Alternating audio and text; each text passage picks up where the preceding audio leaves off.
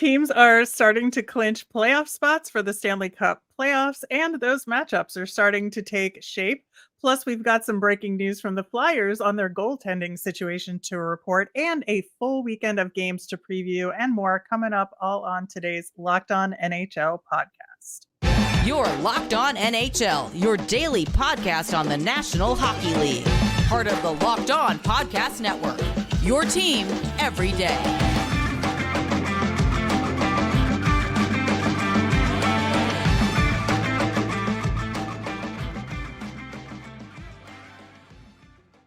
Happy Friday, everyone. Thanks for making Locked On NHL your first listen every day. I am Rachel Donner from Locked On Flyers. I'm here each and every Friday with Gil Martin of Locked On Islanders. You can find our show over on YouTube or on the SiriusXM app or anywhere you listen to podcasts. Subscribe to get our latest episode as soon as it's available here on the Locked On Podcast Network, your team every day. Today's episode is brought to you by FanDuel. Make every moment more. Right now, new customers get $200 in bonus bets with any winning $5 bet. That's $200 if your bet wins. Visit FanDuel.com/lockedon to get started.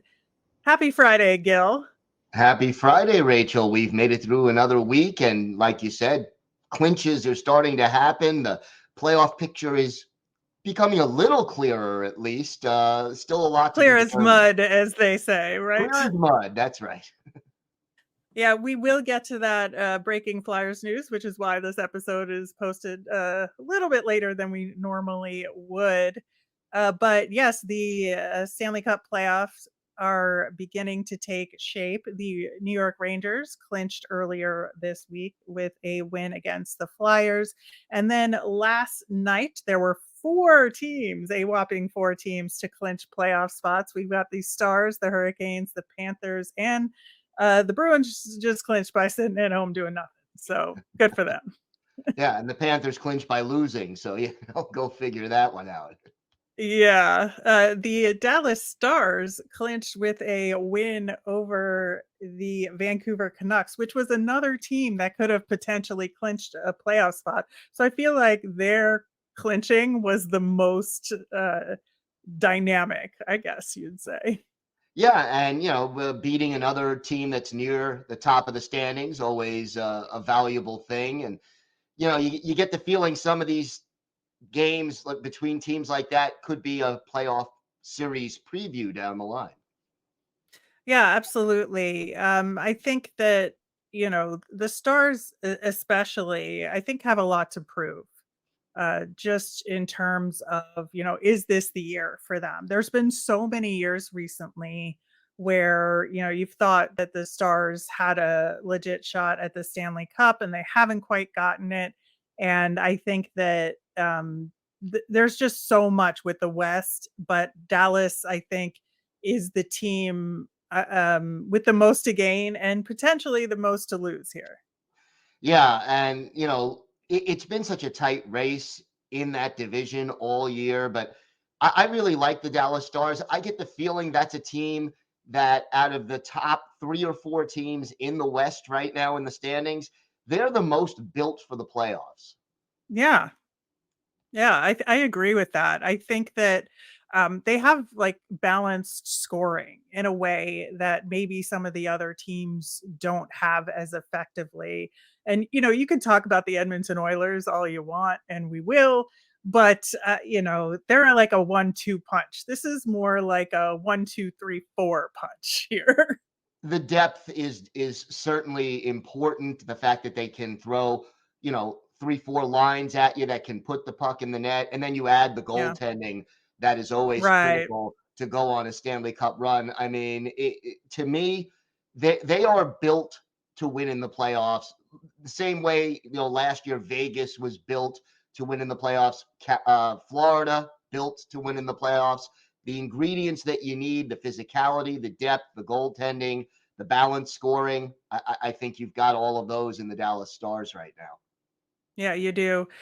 So they defeated the Canucks, who of course didn't make it. The Avalanche lost, so they did not clinch their playoff spot as of yet. So right now we only have one team in the West that is clinched, while we have 4 teams in the East. What do you make of that? Well, I think when you look at the standings, it has to do with the way the standings fall out. In the East, you have like 5 teams in one tier, and then maybe 6 or 7 teams battling for those last 2 or 3 spots in the playoffs. Whereas in the West, there's not a lot of points separating the number 1 team from the number 8 team, and then there's a gap between 8 and 9. So in the West, nothing has been clinched down at the bottom of the standings, but it would take a lot for either St. Louis or Yeah. Minnesota to pull into a playoff spot down the stretch. Yeah, it would take like a tremendous failing by the LA Kings, I would say, or Vegas, I guess, but Right. more likely the LA Kings to change really who these top 8 teams are going to be. I mean, St. Louis is trying. You got to give them credit, though. Yeah, if you're a Blues fan, you got to hope it's not too little, too late. But that's the thing about the playoffs. There's always 1 or 2 really good teams, maybe even teams that could have done more damage if they would have gotten in because they're getting healthy or getting hot at the right time, that are going to be watching the playoffs like you and I. Whereas there's a couple of teams in there that probably won't go very far because they're just not hitting their peak at the right moment. Right. And, we saw the Blues defeat Calgary last night as part of that run to try and make the playoffs. And, Vegas has been trying to solidify their position. They defeated the Jets, who have been in a little bit of trouble recently, but seem like they're still going to be okay, unless like the craziest of crazy happens. I think that has solidified that. In the East, Carolina also clinched, and they have just been so good this second half of the season. And, I think there were question marks in the first half a little bit. But I think also with Anderson coming back, that has been a huge boost to this Carolina team. Yeah, makes a big difference. And, early in the season, you looked at the numbers and it was defense that was lacking in Carolina. And you're like, that's not a Rod Brindamore coached team's No. signature.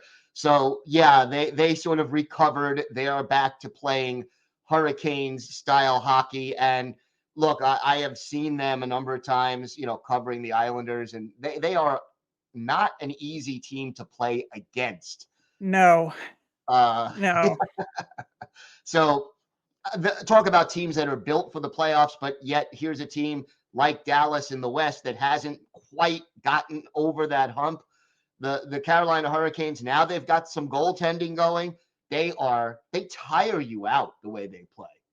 They really do. Yeah, I've seen them a bunch recently covering the Flyers as well, and it is a gauntlet to play the Carolina Hurricanes, and especially right now. And you look at their game from last night; they shut out the Detroit Red Wings for nothing.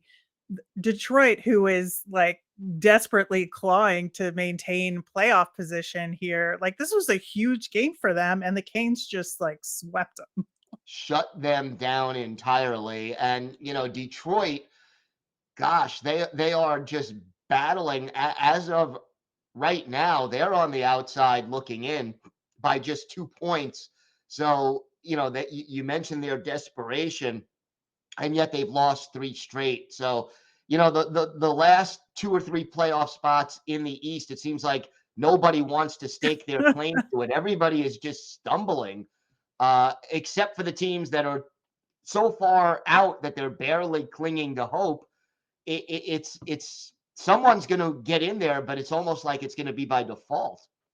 Right. And, obviously the Devils are doing everything they can, but they're a little far out of it. Your Islanders won against the Panthers, which was, a pretty solid victory there to get at this late date. But can they go that extra step to actually make the playoffs? Yeah, it's going to be a tough situation. And there are so many teams involved. But here's the crazy thing.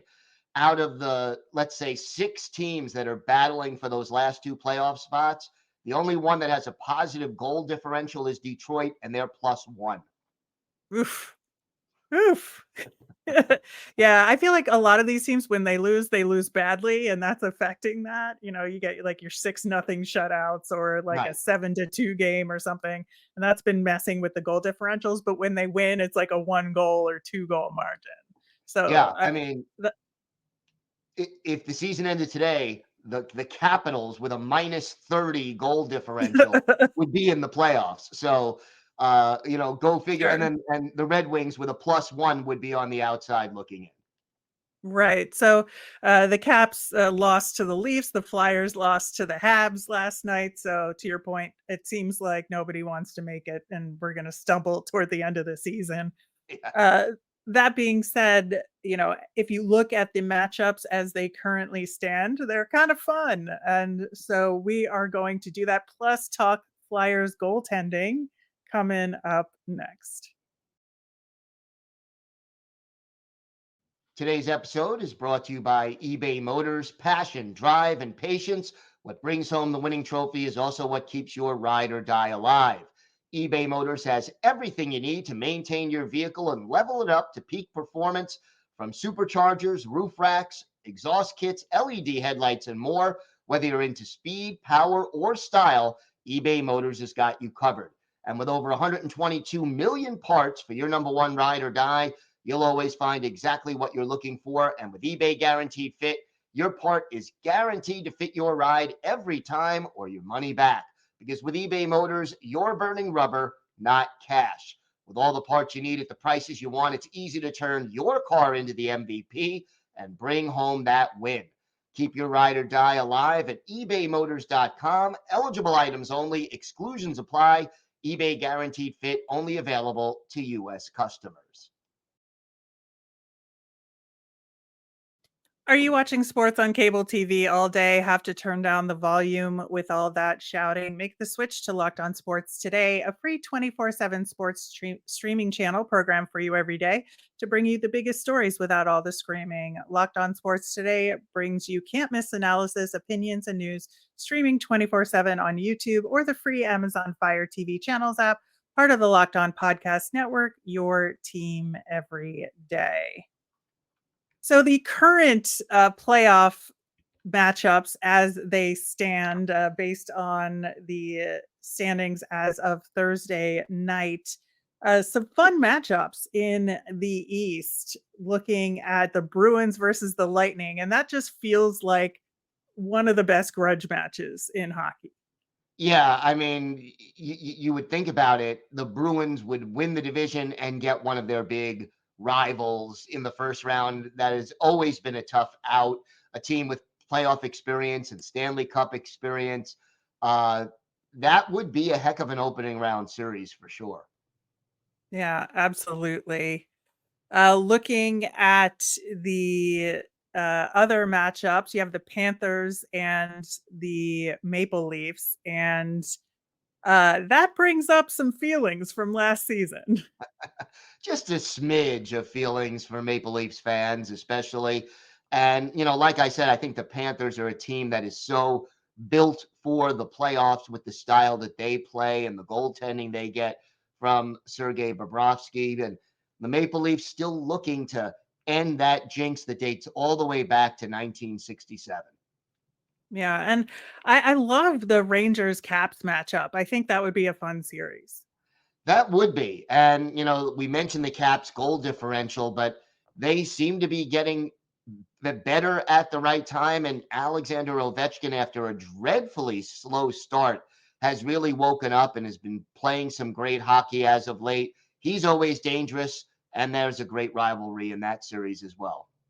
Yeah, I got to see them play each other in person a little while ago, and it was just a fun game. The matchups are really exciting, and then the fourth matchup would be Carolina and the Flyers. But looking at the Western Conference, Dallas versus LA, like, to me, should be an easy win for Dallas, right?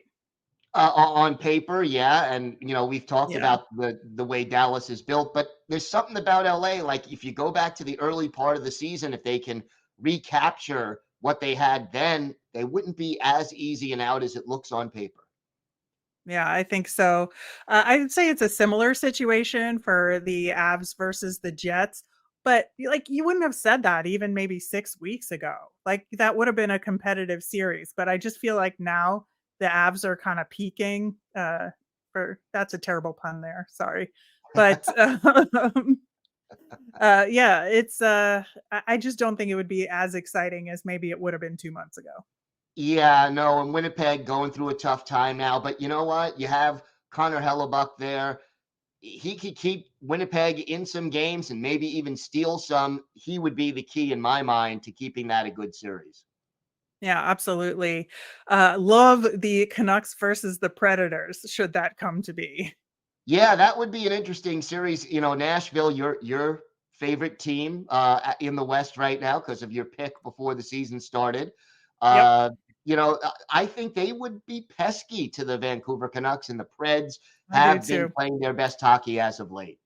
Absolutely. That's what I'm saying. Like, I just feel like the Preds are peaking at the right time here, and it would be an absolutely competitive series. The fourth matchup there, the Oilers versus Vegas. I think that's another grinder grudge match kind of series, right? Yeah, and you talk about, contrasting styles and Hmm. different ways that teams are built. I think that would be a very exciting series to watch. And you mentioned the grudge match, so that would be some great hockey. It really would. Yeah, I think so. Switching gears a little bit toward the Flyers goaltending news. Man, Flyers goaltending has been a saga this season, where, obviously the team started off with Carter Hart at the number one position. We all know what happened there. And so Sam Ersson, who was the backup goaltender to start the season, took over the number one spot. And they had been sort of going back and forth a little bit between Cal Peterson and Felix Sandstrom as the backup, but with no like real strong output from either one of those guys. But in the meantime, there was these two other names floating in the wind, and one of them was Alexei Kolosov, who is a Belarusian goaltender who has, as of this week, parted ways with Dynamo Minsk, his KHL team. And they're working on it in the background in terms of a visa to get him over here. Who knows when that might happen? Likely to go to the AHL, should he be able to come over before the end of the season. But bam, out of nowhere, we have an update in the Ivan Fedotov situation because he was drafted like 8 years ago in Yeah. 2015. He's 27 years old. He had signed an ELC with the Flyers in May of 2022, but he was unable to fulfill that contract because of his obligation to the Russian military service. So he spent a whole year in the Russian military in Siberia, or he was stationed in the Arctic Circle. So he had a Yeah. whole year away from hockey and then came back to his KHL team, Siska, and played in 49 games this season. They just got eliminated from the playoffs in early March. So, you know, clearly, like it was at a decision making point because, according to all authorities in terms of the NHL, the IIHF, the Flyers contract with Fedotov is valid. And they decided to let him go. So they terminated his contract. He came over, did a press conference this morning in Philadelphia, well, in New Jersey, but with the Flyers in person. He did it in English, which was um, really impressive, and really, I think, had a lot of interesting things to say. Fedotov is 6'8", and I think, that is certainly something. But I would say most North American audiences, the most recently they saw him was in the last Olympics, Right. where he backstopped the Russian team to a silver medal, in a tremendous performance there.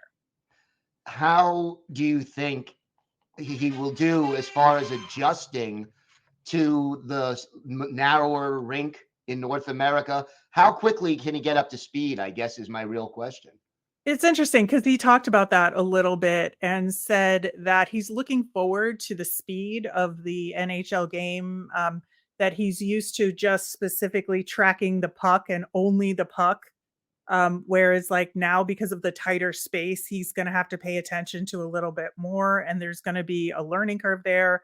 There's going to be a communication curve in terms of dealing with the new defenseman in front of him and a different defensive style in front of him.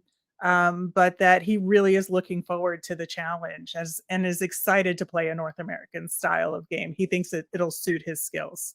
And it'll be interesting to see how much, if at all, he'll be able to help the Flyers as they battle for one of those final playoff spots in the East.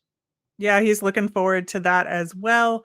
I think that first off, it's hilarious how much he towers over Danny Briere, but that was funny. But also, this contract expires this season, but they are working on a contract extension. And Briere says he doesn't think it'll be a problem, but that is to be determined. But yeah, so the Flyers do have another piece now in this playoff race. Yeah, should be very interesting. And before we end the segment, got to talk a little bit about Connor McDavid. He gets to the 120-point mark, 7th player in NHL history to do that in 3 consecutive seasons. Just yet another milestone for McDavid. Clinching. He cannot be stopped. All right, we will be talking about the weekend ahead with all of the playoff implications coming up next.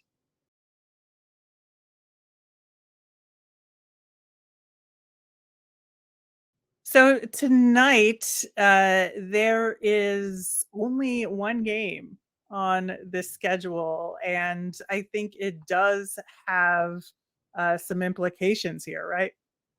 Yeah, you have the New Jersey Devils still hanging on in that wild card race in the East, going into Buffalo to take on a Sabres team that, isn't far behind New Jersey in the standings, but they're an even longer shot right now at NHL 500. And, the Devils, it's a must-win game for them, I would think. Yeah, it's a must-win game for both teams. Another must-win game on a very busy Saturday, again, because of the Easter holiday weekend. We have everything pretty much on Saturday, is the first game of the day, Detroit at Florida. And this is like do or die time for the Red Wings. Yeah, no margin for error for any of the teams in this race. And the Panthers have been a little off the last, let's say, 5 or 6 games. So they're looking to bounce back as well. Yeah, I think so. But not worried about them as of yet. No.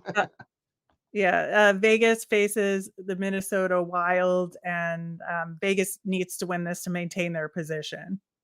Yeah, it's amazing how they're in the, battle for a playoff spot. They're on the inside right now, but again, they want to solidify their play. They made a lot of moves at the deadline, and the Wild, their hopes are hanging by a thread, so it's must win for Minnesota as well. Yeah. The next game I absolutely will be watching is the Nashville Predators versus the Colorado Avalanche. This just has an incredible opportunity here for the Predators to take that next step forward. And, can the Avalanche clinch? Yeah, I mean, Colorado on the brink of clinching, and boy, what a confidence boost it would be for Nashville to go Yep. into Colorado and knock off the Avs. Yep. And the Sabres, in a rare back-to-back situation, again, because of the schedule, are facing the Leafs. You have to say, like, this is the last gasp for the Sabres, right? Yeah, and you also have to think that if Toronto's going to catch Florida or Boston, they need to win this game as well. Yep, absolutely. The Flyers are facing the Chicago Blackhawks in what could be a trap game. but it will be the first game with Fedotov in uniform. I'm going to go out on a limb and say he will not be starting that game, but we will see him there against Bedard. And please do not be a trap, please. I'm begging. Yeah, if the Flyers lose this one, I think they're in a little bit of trouble. Yeah, I think so. Your Islanders are facing the Lightning. Yeah, it doesn't get any easier down in Florida for the Islanders. They have been so inconsistent all year. If they have any hopes of making the playoffs, they've got to get at least a point in this game, if not two. Exactly. The Washington Capitals have a really difficult schedule in order to get into the playoffs, and this is no different, facing the Boston Bruins, who, as we said, just clinched their playoff spot. But this would be a huge statement game for the Caps if they could win. It would be. And again, right now they're just 2 points ahead of Detroit for that last playoff spot. Boy, do they need to win this game, and beating Boston at home would be huge. Yeah, it really would. And especially, I think, since the news came out that the Caps will not be moving to Northern Virginia, this will be a nice home game for them at their arena in the location they will be at for many years to come. And that's a good thing. Yeah, I think so. The Blues face the Sharks, so that's another good opportunity for them as well. Plus, the Kings are facing the Flames, and the Kings do need these points. They do. Flames have sort of fallen off lately. They're not going to make the playoffs barring a real miracle, but the Kings on the road, they need to pick up these points and get themselves into the right mindset for the postseason. Yeah, I absolutely agree. The Dallas Stars will be facing the Seattle Kraken in the other late game. And given that they just clinched and they're facing a team that is not going to make the playoffs, this does have the makings of a letdown kind of game. But I feel like going on the road against a team like this, I think it's just as important for the Stars to make a statement that, yes, we're not resting on our laurels and we're going to, take this momentum, to the very end of this season. Yeah, I think so too. And, the one thing it's difficult to do for any NHL team is take their foot off the gas late in the season and then turn it back on when the playoffs start. Yeah, I think that's a huge consideration. And then we have one game on Easter Sunday in the afternoon. The Ducks are at Vancouver, and the Canucks can clinch. Yeah, and they're definitely going to want to do that. A win would also get them to the 100-point mark for the season. And, again, Vancouver, they've had such a great year, but now they've been struggling a little bit as of late. They need to get things straight and get ready for the playoffs. They do. All right. That will do it for today's show. Thank you so much for listening. Locked On has launched the first ever national sports 24/7 streaming channel on YouTube, and now it's also available on Amazon Fire TV in their Fire TV channels app. Locked On Sports Today is here for you 24/7, covering the top sports stories of the day with local experts of Locked On, plus national shows like this very program. Find Locked On Sports Today now available on the free Fire TV channels app. Gil, you'll be back Monday talking to hosts from around the network on the big stories facing their teams. And we will be back next Friday to check in on the playoff race as it currently stands then. Have a great weekend, everyone.